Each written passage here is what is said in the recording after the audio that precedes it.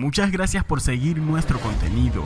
Te invitamos a formar parte activa de nuestra comunidad uniéndote al Meetup de React en Buenos Aires, siguiéndonos en nuestras redes sociales y suscribiéndote a este canal de YouTube. Te esperamos. Hola, hola, hola. Buenas noches, chicos. Bienvenidos de nuevo a otra React.js. Veo bastantes caras nuevas de vuelta, eso siempre nos alegra. ¿Quién es la primera vez que viene? Uf, muy bien, muy bien. Hay otros que sí conozco. Antes que nada, le damos las gracias siempre a Mulso por darnos el lugar y también nos va a dar algo para comer y beber luego, así que tienen que esperar hasta el final. Y también le vamos a dar gracias a los dos speakers que tenemos hoy. El primero va a ser Mateo, que viene también de organizar Meetup.js. Nos va a hablar de Easy Peasy. Y después tenemos a Javier, que está por ahí esperando, que nos va a hablar de Web WordCat para algo súper interesante que yo no tengo ni idea todavía. Entonces, los que escuché por ahí que alguien estaba interesado en dar una Lightning, si puede nos busca en cualquier momento y nos vamos a un lado y lo vemos. Y otra info que quería darles es que estamos buscando a alguien, o si conocen a alguien, que esté dispuesto a grabar y editar videos, porque realmente tenemos muchos de los videos que hacemos en Meetup.js, en React.js, y por ahí no los subimos o colgamos porque realmente yo no tengo skills para eso, y por ahí tenemos un montón de videos que quisieran ver ustedes en YouTube luego y están ahí colgados, así que si alguien conoce o sabe, puede ser gratis o no, pagamos también, no hay problema por eso, así que no me voy a alargar más por ahora, así que démosle un aplauso a Mate. Buenas, hoy les vengo a hablar de Easy Peasy. Mi nombre es Mateo Silguero, soy frontend developer en Winans, soy coorganizador de Meetup.js, es otra comunidad para los que no lo conocen. Pueden googlear o me pueden preguntar a mí para sumarse porque allá hay mucha gente. Ahí está mi Twitter por si me quieren seguir y mi ID de entrenador de Pokémon, por si me quieren agregar en Pokémon GO. ¿Qué es Easy Peasy? Easy Peasy, según la traducción no literal de Google, es pan comido. Es una frase que se usa mucho en el idioma inglés, es para decir que algo fue muy fácil. Yo no les vengo a hablar ni de pan ni de comer. Sí les vengo a hablar de una librería que fue creada por John Mattenson, alias Control Plus B. La librería se autodeclara como Vegetarian Friendly State for React. Básicamente es para manejar el estado. ¿Y por qué les vengo a hablar de otra librería para manejar el estado? Si ya todos conocemos la famosa Redux, o Redux, para los que quieran. Me encontré con que estaba creando una app y Redux no cumplía todo lo que quería. ¿Por qué? Básicamente, ¿quiénes conocen Redux acá? O usaron o implementaron. ¿Quiénes lo aman? ¿Quiénes lo odian? Sí, en mi experiencia al menos, y creo que es la de muchos, la relación con Redux es una relación amor-odio, porque tiene cosas buenas y cosas malas. ¿Por qué yo amo Redux? Básicamente, lo que más me gusta de Redux es el concepto de manejar el estado. Cuando lo empecé a conocer, cambió mucho la forma en que la desarrollaba aplicaciones con React y demás. Y Max Lynch, que para los que no lo conocen, es uno de los fundadores de Ionic. Es un framework para crear aplicaciones mobile. Hace 2 años más o menos, en 2017, creó un post explicando por qué le gustaba Redux y dice que Redux es como la innovación más fundamental en el frontend en el último tiempo. Dice que él pasó por muchos frameworks como Vue, React, Angular, y si bien todos tienen cosas similares y cosas distintas, todos comparten Redux y él destaca eso, que Redux como herramienta para manejar el estado a nivel global fue un desarrollo súper importante, al menos en el frontend. Esto sumado al concepto de manejar el estado es algo que a mí me gusta mucho de Redux. Creo que es un pensamiento bastante compartido. ¿Y por qué lo odio? Tiene mucho boilerplate. Cada cosa que queremos cambiar implica crear archivos nuevos, muchos archivos nuevos. cambiar archivos nuevos. Tiene una curva de aprendizaje muy alta. Al menos eso me pasó a mí y lo veo en mucha gente que está comenzando con Redux y React. No se entiende en primer momento lo que es Redux o cómo se implementa. Lleva un tiempo entenderlo. Otra cosa que veo mucho es que se vende como parte de React. Todos los cursos o la gente que pregunta para comenzar en React, siempre viene React más Redux. Y son dos cosas totalmente separadas, dos conceptos separados. Y volviendo al anterior, mucha gente se inicia en React pensando que también tiene que aprender Redux y se complica el aprendizaje de React en sí. Mucha configuración inicial y problemas al escalar por esto de que a medida que la aplicación y el store va creciendo, se hace un manojo de archivos gigante. Ahora nos vamos a enfocar un poco en los últimos dos puntos, lo que es configuración inicial. Básicamente, para cualquier aplicación que use Redux, yo al menos instalo estas tres librerías, que es Redux en sí, React Redux para usarlo con React, y Redux Tank para hacer acciones asincrónicas y side effects. Y estas son como las tres básicas, pero después hay muchas, y estos nombres se empiezan a concatenar creando librerías con nombres larguísimos. Y pasa esto. Lo muestro desde acá, después vuelvo a la presentación. La slide anterior era más que nada por el concepto de configuración inicial, instalar todas estas librerías. Y ahora vamos un poco a ver el tema del boilerplate en archivos, un poco de código. Este sería nuestro index.js de cualquier aplicación. La aplicación que voy a mostrar está dividida en varios slides. Ahí está el link que apunta al repositorio de Redux donde está este código de ejemplo. Básicamente tenemos un index.js donde importamos nuestro provider para darle el store a toda la aplicación, nuestro modelo de store en reducers y toda la combinación de reducers, lo creamos con create store y lo pasamos a la aplicación. Nuestro reducer, tenemos un reducer, que básicamente es una función que devuelve, que tiene un switch adentro. Tendremos que tener uno de estos por cada elemento del store que queremos tener adentro y un case del switch por cada acción posible dentro de ese modelo del store. En este caso, una aplicación bastante chica. Tengo una colección de to-dos, o sea, listas de cosas para hacer. El estado inicial es un array vacío. Y tengo una sola acción posible, que es add to-do, o sea, es para agregar un elemento nuevo. Y básicamente lo que hago es agarrar el state como está, y en vez de mutarlo directamente, devuelvo una nueva copia agregando el elemento nuevo. Para modificar el store, o sea, para modificar cosas que hay en el reducer, tengo que usar actions. Las actions en Redux tienen esta forma.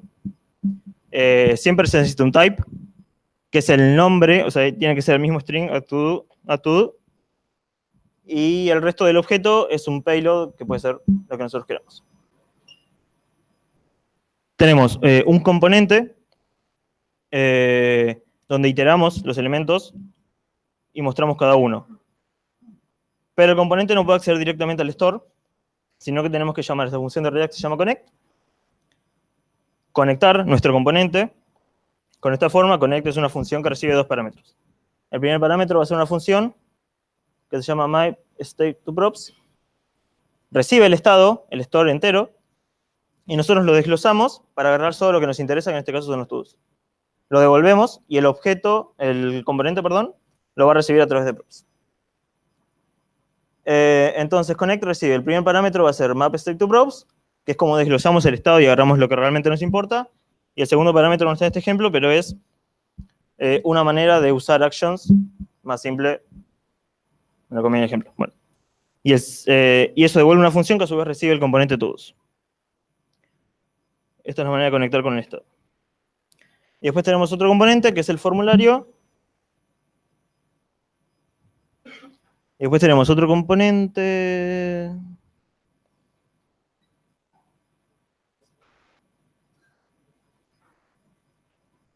Wow.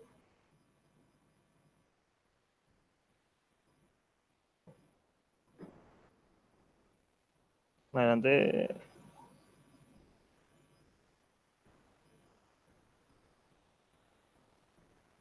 A ver si me puedo conectar directamente. Bueno, carga la imagen, a ver si la tengo descargada por acá. Recién me conecté, pero no, parece que no conecto. Ahí estoy en Wi-Fi de vuelta.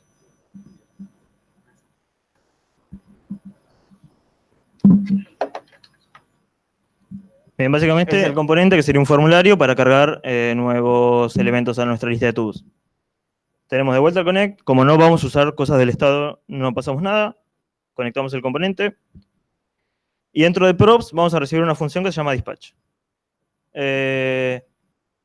La función dispatch es la que va a ejecutar nuestras acciones que van a modificar el store en Redux.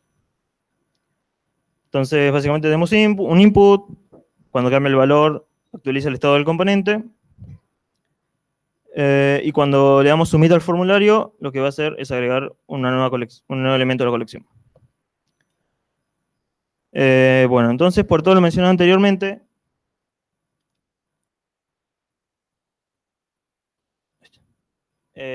cuando me decidí arrancar una nueva app con React Native, dije, quiero usar una librería para manejar el estado, pero no quiero pasar otra vez por todo lo que ya había pasado por Redux. Entonces, comencé a usar alternativas. Comencé a buscar alternativas. No fue tan fácil encontrar alternativas. Lo primero que googleé fue alternativas a Redux. Y empiezan a aparecer muchos posts de 5 o 10 alternativas a Redux. No es tan claro en un primer momento qué es lo que se puede usar. Pero finalmente encontré algunas. Una es la Context API, que ya ven en React. Hay mucha gente escribiendo sobre crear Store Manager con Context API. A mí en particular no me gustó. No me parece al menos que una implementación que podría haber hecho yo hubiera solucionado un par de problemas, sino crear nuevos. Y después me encontré con un par de librerías fuera de React. No las investigué todas, pero fui buscando, las dejo para que lo miren. Una es ReactN. ReactN es una librería que agarra toda la librería React, la grapea, y la agrega como cosas nativas para manejar el estado. Después está Rematch, React This State, React Suite State y Diva. Repito, no las investigué mucho, pero ninguna me interesó lo suficiente y finalmente encontré EasyPeasy. Ahora sí vamos a EasyPeasy. ¿Qué es lo que me gustó de EasyPeasy? Tiene aspectos destacados. Cero configuración. En verde están los que más me gustaron. Poco boilerplate. Una API intuitiva y amigable. Usa Redux Hooks. O sea, podemos acceder desde cualquier componente de nuestro estado. Sin necesidad de conectarlo y demás. Tiene Thunk dentro de la librería para hacer actions asincrónicos y side effects. Tiene valores computados. Ahora vamos a ver lo que es eso, pero es algo que me fascinó bastante. Podemos crear stores a nivel global y a nivel de componente y reordenarlo de la manera que queramos. La data es inmutable. Tiene soporte para TypeScript. Soporte para React Native porque solo es JavaScript. Redux también, pero bueno, esto también. Tiene integrada API para testing. Eso es importante. Viene con Redux DevTools preconfigurado ya. No hay que ponerlo como middleware. Y es retrocompatible con Redux. Es verdad, es decir, si nosotros queremos usar EasyPeasy, pero no cambiar toda la aplicación que ya tenemos, EasyPeasy te permite, con un par de configuraciones, usar código de Redux, porque en realidad Redux está funcionando por debajo de EasyPeasy. Entonces podríamos compartir código, cambiar solo algunos archivos, no todos, e ir migrando una aplicación de a poco o mantener el estilo de código a lo que estamos acostumbrados. Pero también tiene un par de limitaciones. Una es que solo funciona con React, a diferencia de Redux, que tiene librerías para todos los frameworks. Y solo funciona con componentes funcionales y hooks. O sea, no podemos usar clases como en Redux. Sí. Para instalar EasyPeasy, npm install EasyPeasy, lo que hay que tener en cuenta es eso, que hay que tener, como solo funciona con hooks, hay que tener actualizado React a la versión 16.8. Y ahora vamos a ver un poco el código y quizás vean como yo que es mucho más simple que el otro. Para definir acciones, este es lo que sería el modelo que antes era el reducer. Para definir acciones tenemos la función action. Action recibe el state y un payload.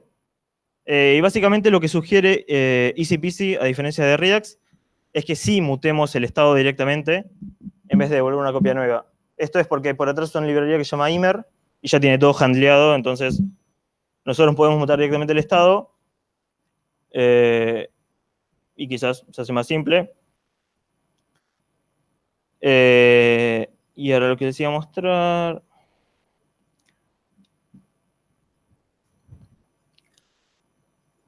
eso.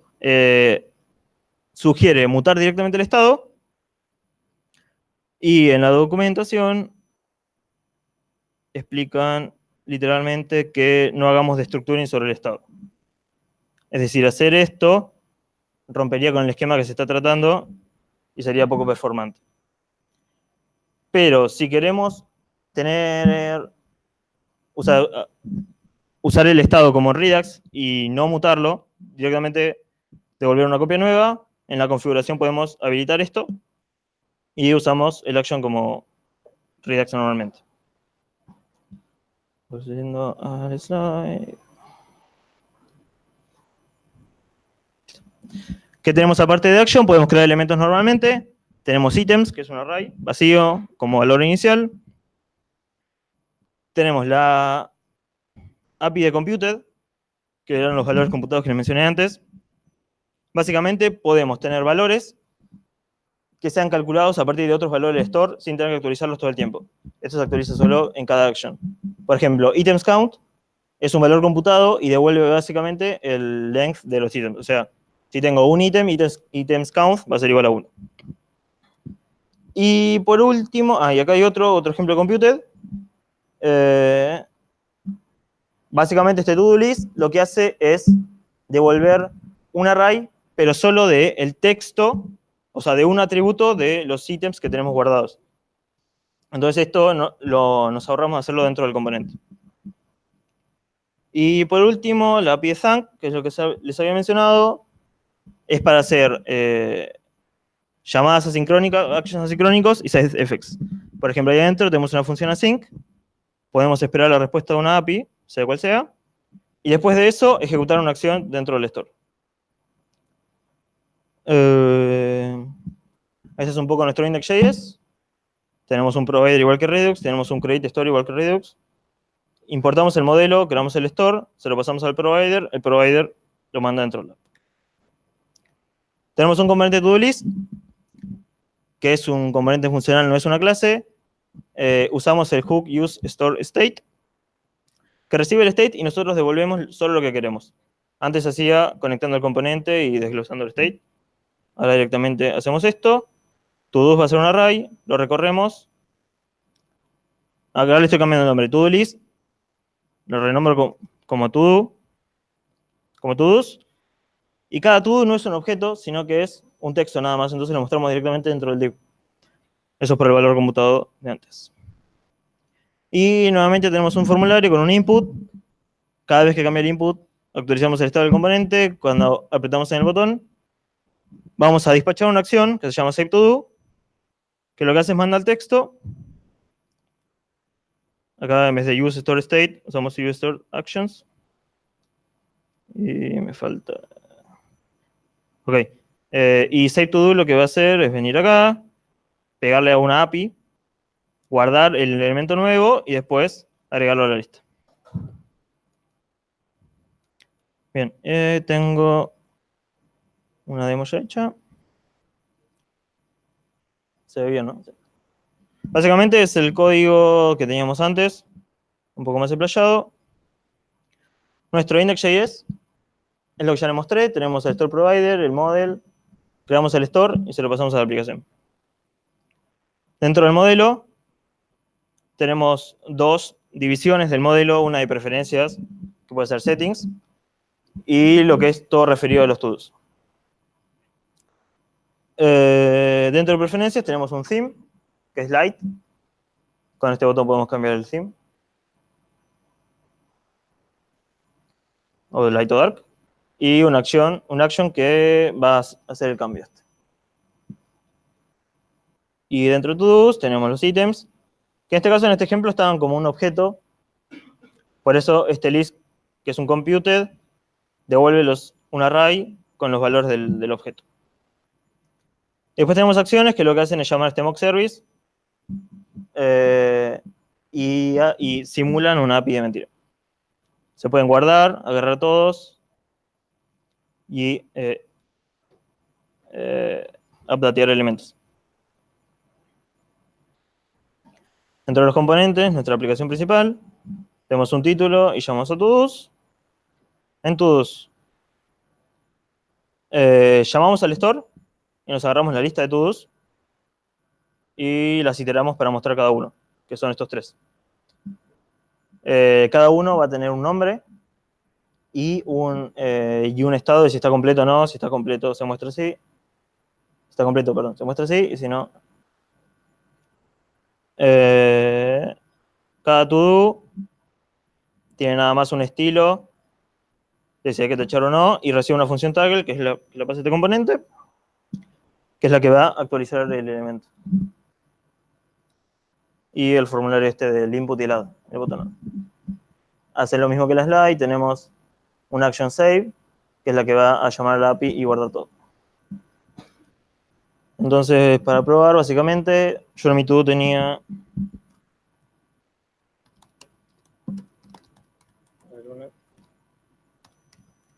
una charla y ya lo hice. Genial. Este código y todas las slides, ahora les paso los links, pero van a estar dentro de los slides por si lo quieren ver. Y les dejo links útiles.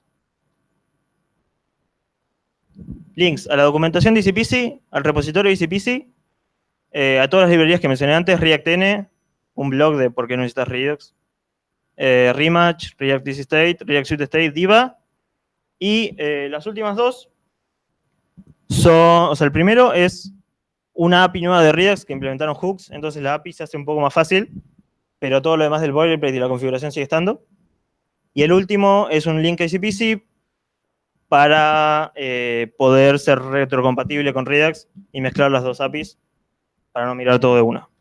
Y eso es todo, gracias.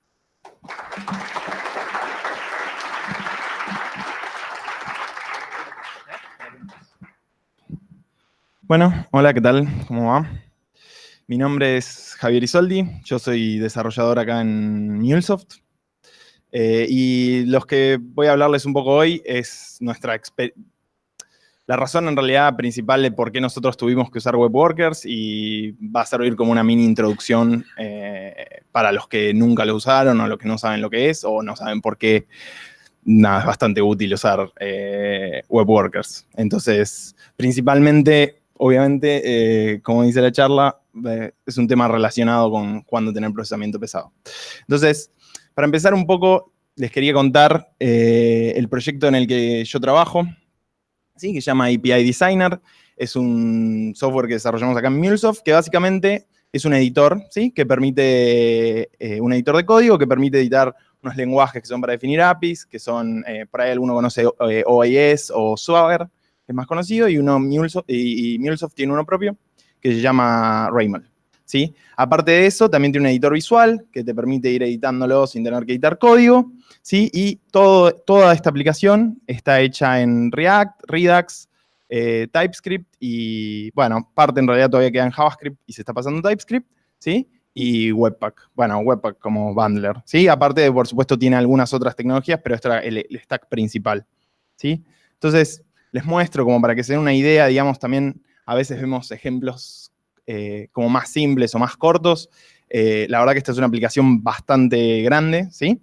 Este es el editor, ¿no? Y es un editor que, por ejemplo, tiene sugerencias, marca errores cuando el usuario se equivoca, ¿sí? Le muestra los errores. En base a esto compila todo este código que está acá, digamos que es una especificación de API, y genera una consola que te permite usarlo y probarlo, ¿sí? Algo parecido a, digamos, lo que podríamos hacer con Postman a mano. Esto te permite hacerlo y aparte ver la documentación. Te permite manejar múltiples archivos, importar archivos, ¿no? Esto acá estoy importando un archivo de un file a otro, y ya algunas cosas específicas de la plataforma, como publicar al servicio interno y demás. Maneja branches para el código. dependencias.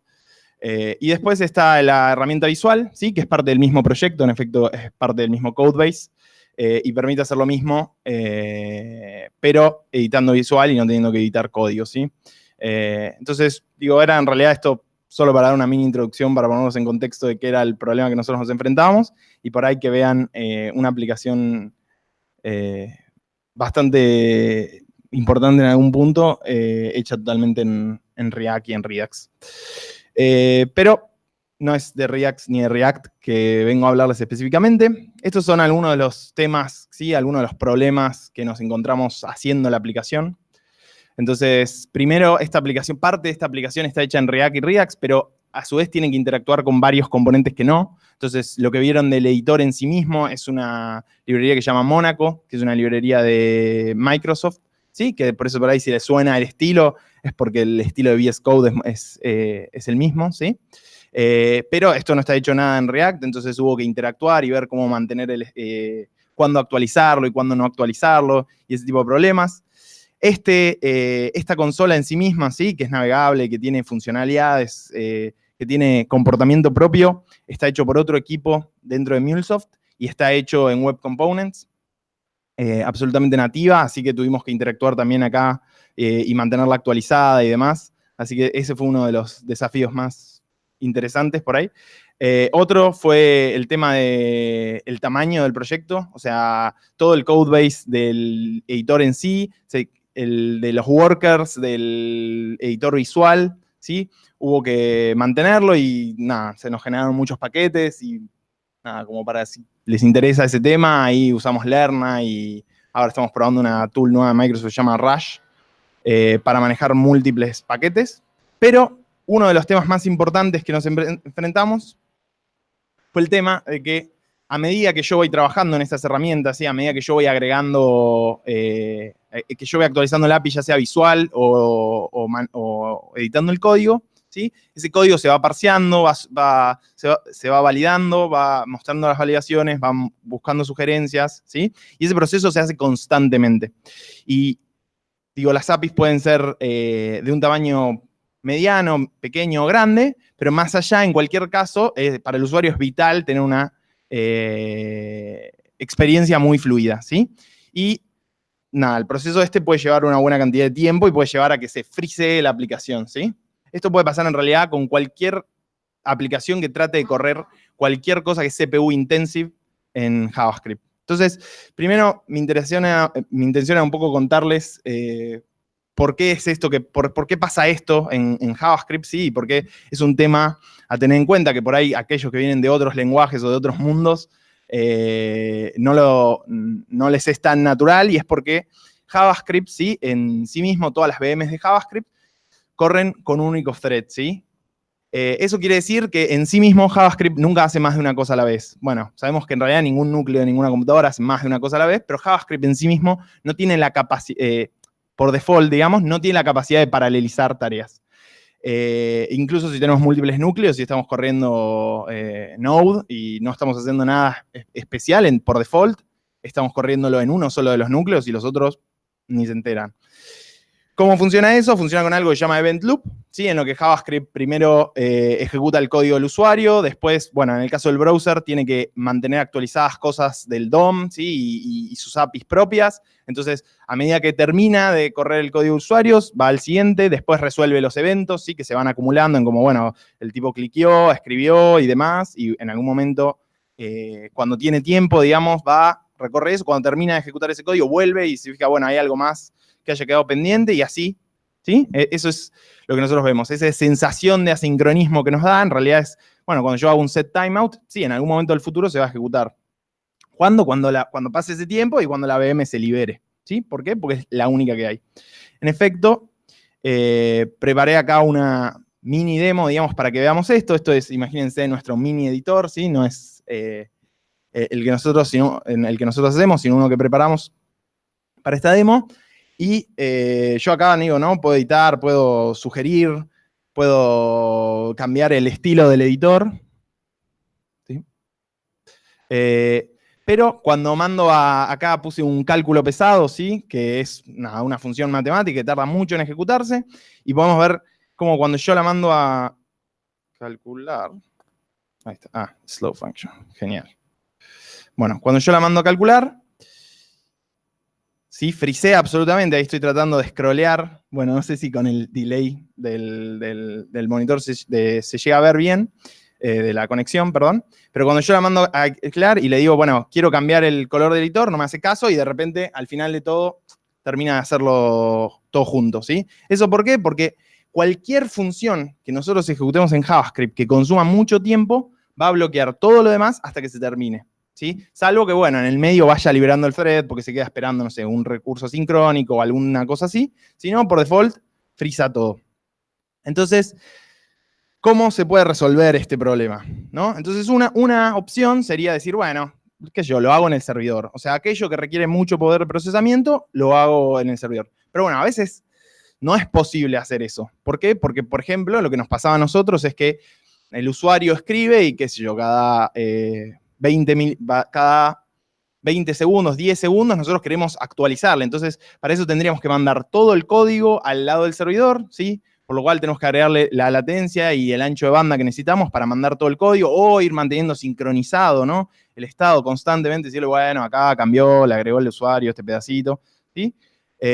Aparte de que requiere del otro lado, imagínense que esto es, cuando decimos CPU intensive, en APIs de, qué sé yo, de 70.000 líneas, es CPU intensive. Es decir, que implica realmente tener un clúster para poder procesar todo lo que nuestros usuarios hacen concurrentemente, ¿sí? Entonces, a veces eso no escala. En cambio, tenemos disponible, ¿sí?, todo el poder de procesamiento que el usuario tiene ahí mismo. Pero, si se lo procesamos en el momento, lo matamos. Entonces, una solución, ¿sí?, o la solución típica en JavaScript para todo esto son los web workers. Entonces, ¿qué son los web workers? Bueno, lo más fácil de entender es los web workers funcionan como un proceso absolutamente separado, ¿sí? Es un script de JavaScript, ¿sí?, que yo puedo correr en otra VM, ¿sí? No comparte memoria con el proceso principal, ni yo puedo tener N workers, ¿sí? Puedo tener tantos web workers como quiera y no comparten memoria entre ellos. Es decir que, de vuelta, funcionan lo más parecido a, imagínense, aplicaciones distintas corriendo dentro de mi computadora. En efecto, si ustedes después pueden ver, por ejemplo, el consumo de memoria. El Chrome les da la información del consumo de memoria por worker, ¿sí? Lo otro es, como no tiene acceso a la memoria principal, no puede acceder al DOM. Sí, está absolutamente aislado. No se pueden hacer librerías. Digo, no podría, no sé, hacer el cálculo del DOM de un lado. Bueno, podría hacer el cálculo, pero después tendría que mandarlo y encontrar una manera de reprocesarlo, ¿sí? Y se comunica a través de eventos, ¿sí? Entonces, esto es lo que yo les pongo acá de, bueno, hay post message, que es las funciones en las cuales yo envío los datos y sencillamente yo escucho aquello que está en el evento, perdón, de mensaje y me van llegando los mensajes. Bueno, entonces vamos a mostrarles un poco. Este era el código, ¿sí?, de la aplicación que recién les ejecuté, en donde sencillamente tenemos una aplicación de React, donde tenemos un estado del editor, ¿no? Y entonces por acá está mi editor, le paso ese color, adentro el editor está manteniendo su propio estado, ¿sí? Pero de vuelta, esto no es una cuestión de qué componente se encarga de cada cosa, sino esto es la VM de JavaScript se queda esperando a que se realice el cálculo. Por otro lado, tenemos nuestro build panel, ¿sí?, que es el panel ese que estaba al costado, y adentro, nuestro build panel, hoy lo que está haciendo es marcando como que está, cuando yo aprieto calcular, dice, bueno, marca y guarda en su estado, estoy calculando, manda a cargar nuestra slow function, ¿sí?, con un valor aleatorio, por eso a veces tarda más, a veces tarda menos, y cuando termina, actualiza el resultado. Entonces, eso es lo que ahora no nos está funcionando. Ahora, vamos a ver un poco qué es lo que requeriría para implementar esto mismo, ¿sí?, pero en un web worker. Entonces,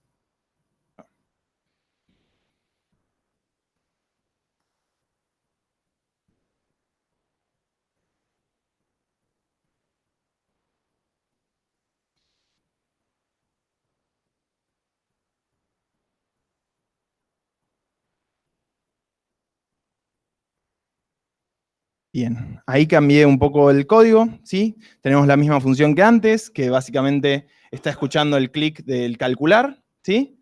Pero ahora, en vez de llamar directamente a nuestra slow function, tiene por acá creado un worker, y ahora vamos a ver un poquito en detalle cómo es que se creó este worker, ¿sí? Más allá de que, digamos, por simpleza, por supuesto, acá lo guardé como parte del componente, podríamos tener el worker creado de manera estática global o guardado en cualquier tipo de contenedor, ¿sí? Para que cualquier componente de React lo pueda acceder o directamente probablemente lo manejaríamos desde Redux, ¿sí? Pero, sí, cómo no.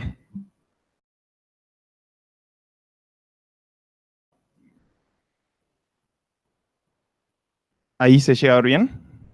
Perfecto. Bueno. Como les decía, perdón, antes teníamos acá nuestro llamado a nuestra función. Ahora hay que entender algo. El worker hay que escucharlo, ¿sí? Entonces, y esta es la implementación más básica. Entonces, yo tengo que estar escuchando los mensajes que el worker me va a mandar. Entonces, lo que hace nuestro componente es, bueno, cuando se inicializa, agarra y dice, bueno, voy a escuchar todos los mensajes que vengan de este worker, ¿sí? De esta instancia de worker que tengo. Se suscribe a esos mensajes y maneja el resultado. Entonces, por algún lado tiene manejar los datos, ¿sí? Los datos vienen en un evento, como cualquier otro evento del DOM, ¿sí? O como cualquier otro evento del browser, en el cual hay una variable data en donde está aquello que se mandó. ¿Qué se puede mandar? Bueno, en principio cualquier objeto plano o cualquier cosa que sea serializable se puede enviar a través de un word worker. Hay que tener en cuenta que va a llegar de esa manera plana. Por ejemplo, podría, no sé, yo agarrar y tener una instancia de una clase, querer enviarla como mensaje, bueno, del otro lado no me va a llegar la clase. Porque, de vuelta, imagínense que esto está corriendo en otra memoria, no existe la instancia de la clase. En efecto, hasta quien dice no existe la clase por ahí, porque el otro script de JavaScript no lo soporta.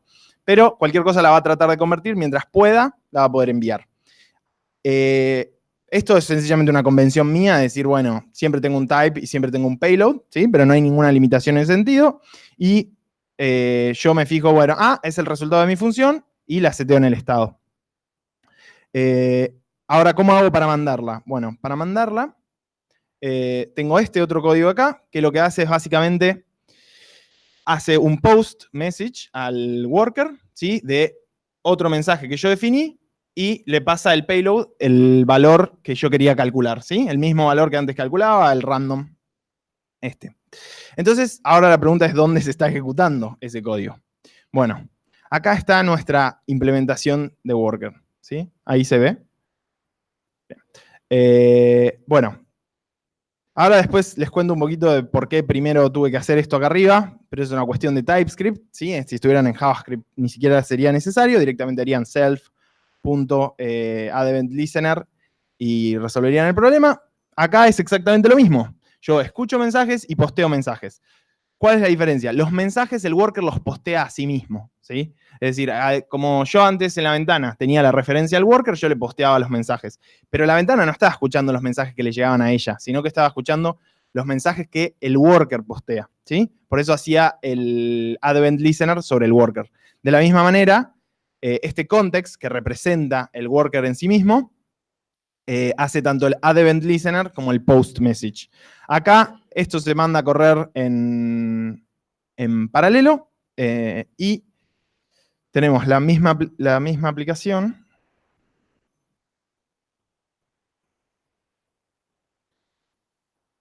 Y claramente no va a funcionar.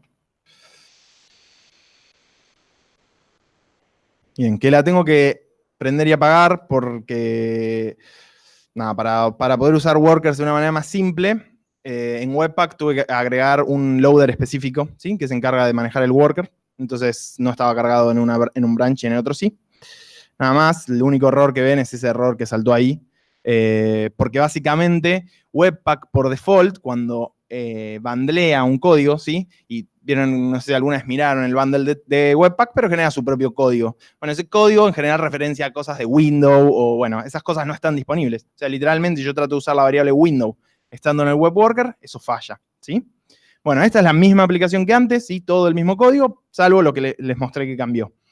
Entonces, ahora la diferencia es que yo puedo mandar a calcular mi valor y ahora de repente no me interrumpe en ningún momento, ¿sí? Yo puedo seguir usando el editor sin ningún problema. De la misma manera, por supuesto, puedo venir acá a escribir y eso está procesando. Cuando termine de procesar, me va a traer el resultado. ¿Sí? Acá está cuánto tardó. Tardó casi 3 segundos y medio, ¿sí? Y sin embargo, no hay ningún problema. En efecto, podría venir acá a mi panel y decirle, ¿sabes qué? Esto tiempo me parece muy poco. Le subimos el tiempo, le hacemos procesar números más pesados, ¿sí? Mientras el número es más grande, este código tarda más en calcular. Y cuando yo lo mande a calcular, no hay ningún problema, puedo seguir usando la aplicación, puedo teclearlo. Cuando llega el resultado, ¿sí? Llega y no hay ningún problema. Bueno, para mostrarles un poquito, ¿sí? Muy por arriba, qué es lo que está pasando por detrás, podemos, por ejemplo, venir acá a los datos de memoria del Chrome. Y entonces acá tenemos, van a ver que el Chrome acá me marca que hay 4 VMs, ¿sí? Entonces la primera VM es la ventana en sí, es el DOM en sí mismo, es el real thread que maneja el DOM en sí mismo, ¿sí? La segunda viene a ser lo que se está ejecutando dentro del worker en sí mismo, ¿sí? Y los otros dos son otros 2 workers que levanta solo Monaco Editor, ¿sí? Que es el editor que está ahí visualmente. Él se encarga de manejarlos, ¿sí? Incluso si venimos a Sources, podemos ver que nos va a decir, ahora hay 4 threads corriendo, ¿sí? Normalmente hay un único thread. En efecto, si por ejemplo yo vengo a este editor y pongo un breakpoint y lo freno, la interfaz gráfica no se frisa, porque son tan independientes las VMs, ¿sí? Que el programa principal sigue corriendo sin ningún problema. Bien.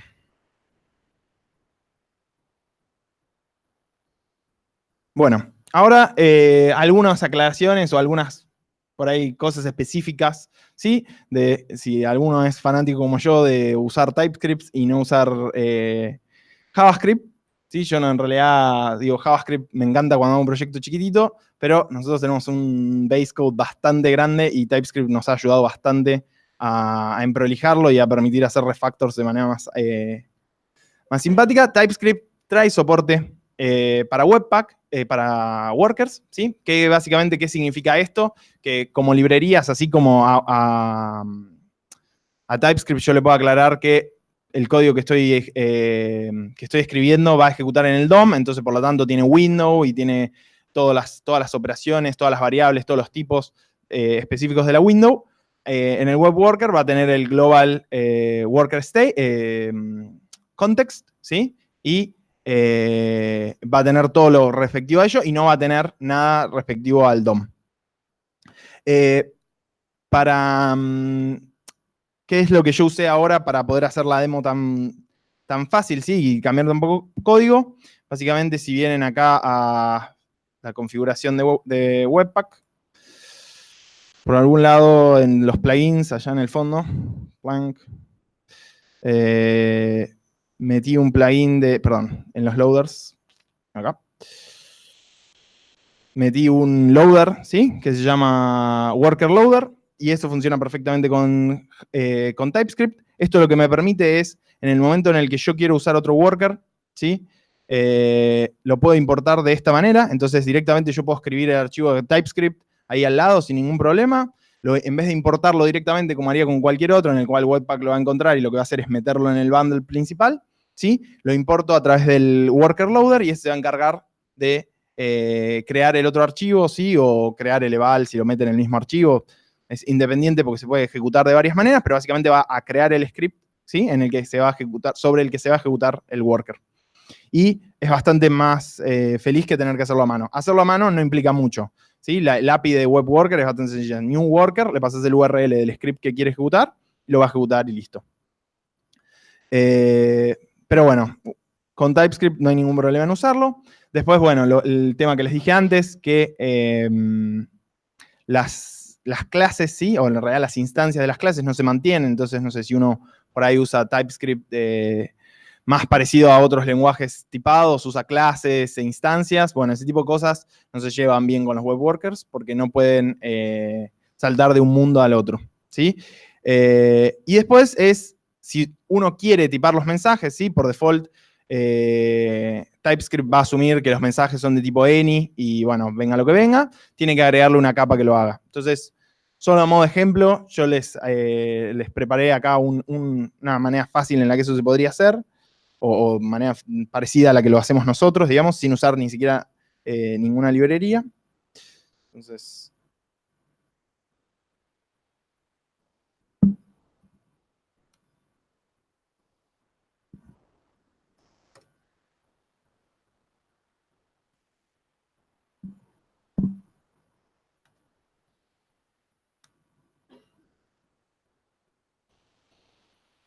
bien. Entonces, esto por ahí es algo más para los que son curiosos de TypeScript, ¿sí? Pero básicamente lo que hicimos acá, que hicimos nosotros para tipar nuestros mensajes, es creamos una interfaz en TypeScript, ¿sí? Que la usamos como agrupador de tipos de mensajes.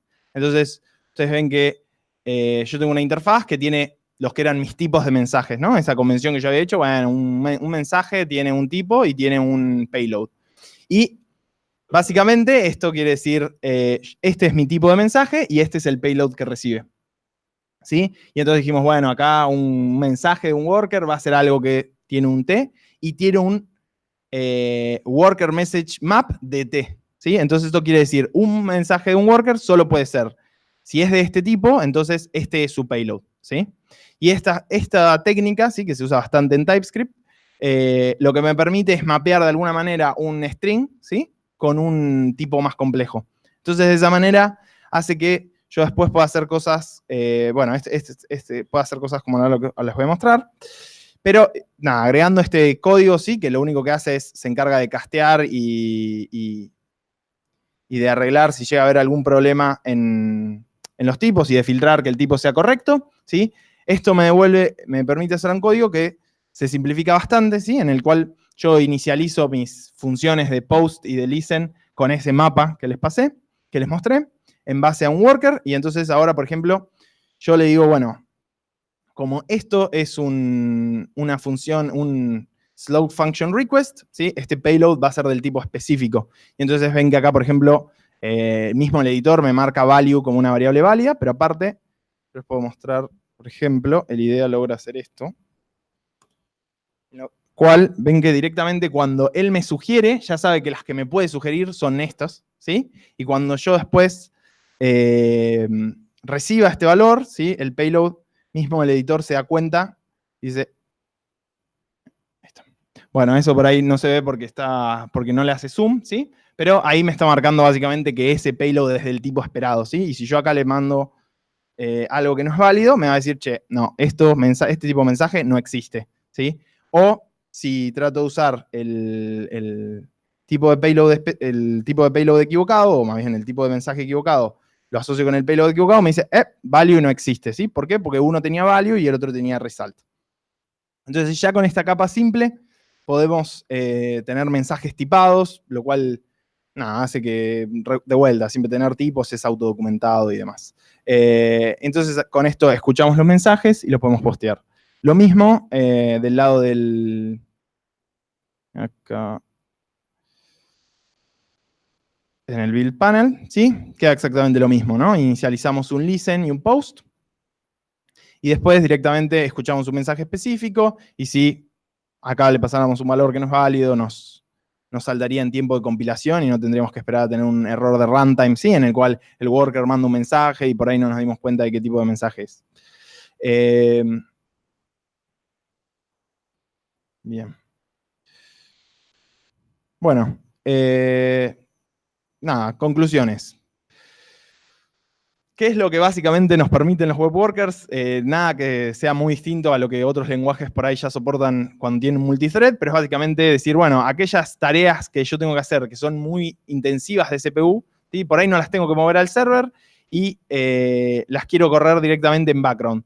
¿Por qué? Por las razones que listé antes y también, por ejemplo, porque si yo quiero convertir después mi aplicación web en una Electron app, no quiero que dependa de un servidor, ¿sí? Por ahí la quiero convertir en una aplicación de escritorio, quiero que pueda procesar. Por ejemplo, el editor se puede levantar, ¿sí? Y no tiene ninguna dependencia con el exterior, ¿sí? Directamente tiene su librería de parsing, que es pesada y que tarda y demás, incluso que carga en background, ¿no? Y que ni siquiera necesita cargarla en el JavaScript principal, lo cual también ayuda al tiempo de carga. Y está corriendo ahí mismo. ¿Cuál es el objetivo principal? Mantener una buena experiencia para el usuario, ¿sí? O sea que si una aplicación tiene que procesar cosas muy pesadas, eso no tenga una repercusión en la usabilidad. Cosas a tener en cuenta, que no son siempre fáciles de manejar, es que el tipo de mensajes, que la memoria no está compartida, ¿sí? Eso, nada, a la larga, en el corto plazo uno dice, bueno, sí, bastante feliz, pero a veces, no sé, por ejemplo, uno quiere actualizar cosas de su estado de Redux y dice, bueno, voy a meter esta parte que necesito calcular en el worker. Bueno, no puedo pasarle el estado y volverlo porque es otro objeto absolutamente distinto, ¿sí? O sea, no se comparten referencias. Todo hay que trabajarlo como procesos separados. Yo le mando un mensaje y es absolutamente agnóstico. ¿Existe ahora sí algún concepto de shared memory, sí? Para ciertos valores, no sé, por ejemplo, si quiero mantener cierta porción de la memoria compartida. Todavía es experimental en la mayoría de los browsers, pero bueno, de a poquito nos vamos acercando a que por ahí algunas cosas felices se puedan hacer en ese ambiente. Después, el tema de los mensajes es, dentro de todo se puede mandar cualquier cosa, pero hay que tener en cuenta que tiene que ser serializable. ¿Qué quiere decir que tiene que ser serializable? Nada, que tiene que ser de un tipo básico de JavaScript. Sí, tiene que ser un mapa o un objeto, digamos, un array o un número, un string, un undefined, un null, ¿sí? Algún valor que JavaScript por default entienda. ¿Por qué? Porque no puede depender de nada del código, ¿sí? Finalmente él no puede darse cuenta que una clase y otra clase son las mismas, son dos scripts distintos, aunque esos scripts tengan la misma clase. Y después el tema del manejo de errores, ¿no? Pensando en yo tengo una aplicación y por ahí estoy acostumbrado a que yo llamo a un proceso pesado y recibo una promise, nada, todas esas cosas no existen. O sea, si el worker explotó por los aires, bueno, vaya y pase, que yo la UI va a seguir corriendo, no tiene ningún problema, pero no va a tener ningún feedback el usuario, ¿sí? Lo cual no quiere decir nada más que hay que tener un manejo especial para eso, ¿sí? Bueno, es eso. Muchas gracias.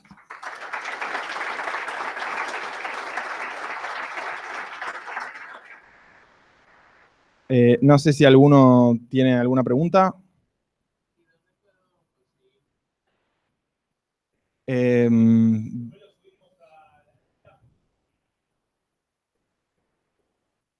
Dale, yo les voy a agregar, si quieren, algunas referencias a dónde está la documentación de WebWorkers, sí, pero de eso directamente en la página de Mozilla está toda, como el resto de las APIs, de las web APIs, ¿sí? Están. Sí. Preguntaron por allá si esto sirve para frameworks como Electron, ¿sí? O React Native. Básicamente, esto es una función una funcionalidad de JavaScript, ¿sí? Entonces, también funciona para Node. Acá es la cuestión de los web workers, específicamente son para el browser, pero como workers en general se pueden usar en cualquiera, y en Electron totalmente. Bueno, finalmente el Electron es un Chrome corriendo, un Chromium corriendo ahí atrás. No hay ningún problema. En efecto, de vuelta, esta aplicación la levantamos en Electron y funcionaba sin ningún problema con todos sus workers corriendo. Nosotros mantenemos un worker siempre vivo, ¿sí? ¿Cuál es el problema de levantarlo constantemente? Tiene un tiempo que tarda, ¿no? Para que se den una idea, bueno, también en nuestra aplicación particularmente el worker pesa algo así como 5 megas, ¿sí? Todo el código del parser, más otros 5 megas tiene un parser de XSD que lo carga solo si lo necesita. Todo eso tarda por ahí llega a tardar algunos milisegundos o incluso un segundo en cargar. Si nosotros quisiéramos, tendríamos que volver a cargarlo cada vez que levantáramos un worker, ¿no? Porque de vuelta, eso es como ejecutar un script de cero. Bien, entonces, sobre el caso de los... Bien, entonces, hablando de los workers, ¿sí? El archivo ese que aparece pregunta por el archivo que aparece cuando vos haces escribir React App, aparece ahí algo de service worker, ¿sí? Bueno, eso no es específicamente un web worker, ¿sí? Existen workers de usos específicos, ¿sí? Esto que yo les mostré es un web worker de uso genérico. Yo lo uso y ejecuta el código que yo quiera. Ahora, para hacer algunas cosas, como por ejemplo ir cargando... yo quiero ir cargando cosas pesadas en background, ¿sí? Imágenes o assets o otro tipo de cosas, ya existe un service worker o incluso para mantener algún estado, si quiero correr offline, ya existe un service worker, ¿sí? Que es un worker específico de un uso específico y ese es el que viene generalmente. ¿Por qué? Porque es una buena práctica tenerlo, por si yo quiero que mi aplicación corra más rápido, pero aparte porque si quiero que corra offline. ¿Sí? Por eso Create App ya te lo agrega. Pero no es un worker como el que yo les mostré acá. ¿Sí? Es un subparte de eso. ¿Sí? La verdad, bueno, sobre cómo se maneja el service worker, no lo sé. No lo usé mucho. ¿sí? No sé cuáles son sus limitaciones y demás. Entonces, no debe ser exactamente igual porque debe compartir memoria, ¿sí? O sea, no corre exactamente lo mismo. Eso es, digamos, de vuelta. Tiene el objetivo específico de traer archivos estáticos, guardarlos. Se usa principalmente para cuando... Es como un subset chiquitito. No creo que se maneje exactamente igual. La última pregunta. En mi experiencia no vale mucho la pena. ¿Por qué? Porque finalmente, ¿cuándo se justifica usar? Perdón, preguntaron si vale la pena usar un web worker para que se encargue de todo el fetching de los datos, ¿sí? Entonces, la única cuestión ahí sería si, bueno, en algún momento produjera algún error que tirara la VM abajo y por ahí, bueno, ese error queda contenido, ¿no? Pero más allá de temas de estabilidad de ese estilo, que no creo que sea por donde viene la pregunta, no creo que valga la pena, porque finalmente el fetching es algo que en tiempo de procesamiento ocupa muy poco, ¿sí? Ocupa lo que se tarda en generar el recurso, en generar el request. Mandarlo mientras se manda no consume tiempo de la máquina virtual, ¿sí? O sea, JavaScript no se queda esperando a que venga el recurso. Si por alguna razón yo lo necesitara, probablemente es para bloquear la UI, no es una buena práctica, pero se puede hacer. Entonces tampoco vale la pena correrlo en background. Solo vale la pena para cuando yo tengo que hacer un uso intensivo del CPU, o sea, para que cuando yo voy a bloquear el tiempo del CPU. Para todo lo demás, en general no consume mucho tiempo y vas a agregar mucho más código, no mucho más código, pero vas a agregar algo más de código y que por ahí tenés algún error específico y no creo que vale la pena.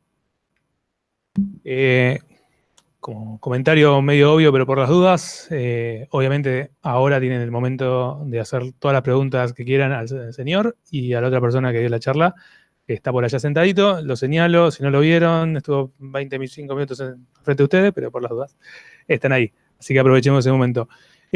Bueno. Por si no me conocen, soy Mariano, uno de los organizadores de React en Buenos Aires. La otra persona que está allá es Manotas. De nuestro lado les agradecemos por haber venido. La verdad que me asombra la cantidad de gente que somos. Espero que sigamos así. Les agradecemos a la gente de MuleSoft por habernos dado el lugar y la comida que ahora vamos a poder probar, básicamente. Y obviamente los mismos mensajes que le dio Manotas, y por las dudas agrego alguno más en el caso de que no lo haya hecho. Si quieren participar dando una charla, son más que bienvenidos. Estoy mirando más que nada también a las mujeres del grupo. Nos gustaría charlas de mujeres, cosa que es muy difícil de conseguir para nuestro caso particular. Así que si quieren acercarse, necesitan alguna mano para dar una charla, tienen alguna idea, más que bienvenidos, nosotros más que dispuestos a dar ese lugar. Lo segundo es, estamos necesitando una mano con el tema de audio y video. No sé si lo comentaste, llegaste a comentar. Si alguno está interesado, ahora lo charlamos con la comida en la mano. Pero por favor sería muy útil para nosotros. Si alguien quiere participar en la organización, darle una mano con las meetups de cualquier manera, también más que bienvenido, acérquense y cuéntenos. Y después acuérdense siempre que hay Lightning Talks. Si ustedes tienen en la cabeza alguna charla y todavía les falta como masajearla un poco, la Lightning Talks es la mejor excusa para hacerlo. Son 5 o 10 minutos en los cuales ustedes cuentan una idea, si quieren con slides, si quieren sin slides, y queda buenísimo. O sea, yo me banco a hacer esto enfrente de todos ustedes y me da un poco de timidez, así que ustedes pueden hacerlo también. Muchas gracias por seguir nuestro contenido. Te invitamos a formar parte activa de nuestra comunidad uniéndote al Meetup de React en Buenos Aires, siguiéndonos en nuestras redes sociales y suscribiéndote a este canal de YouTube. Te esperamos.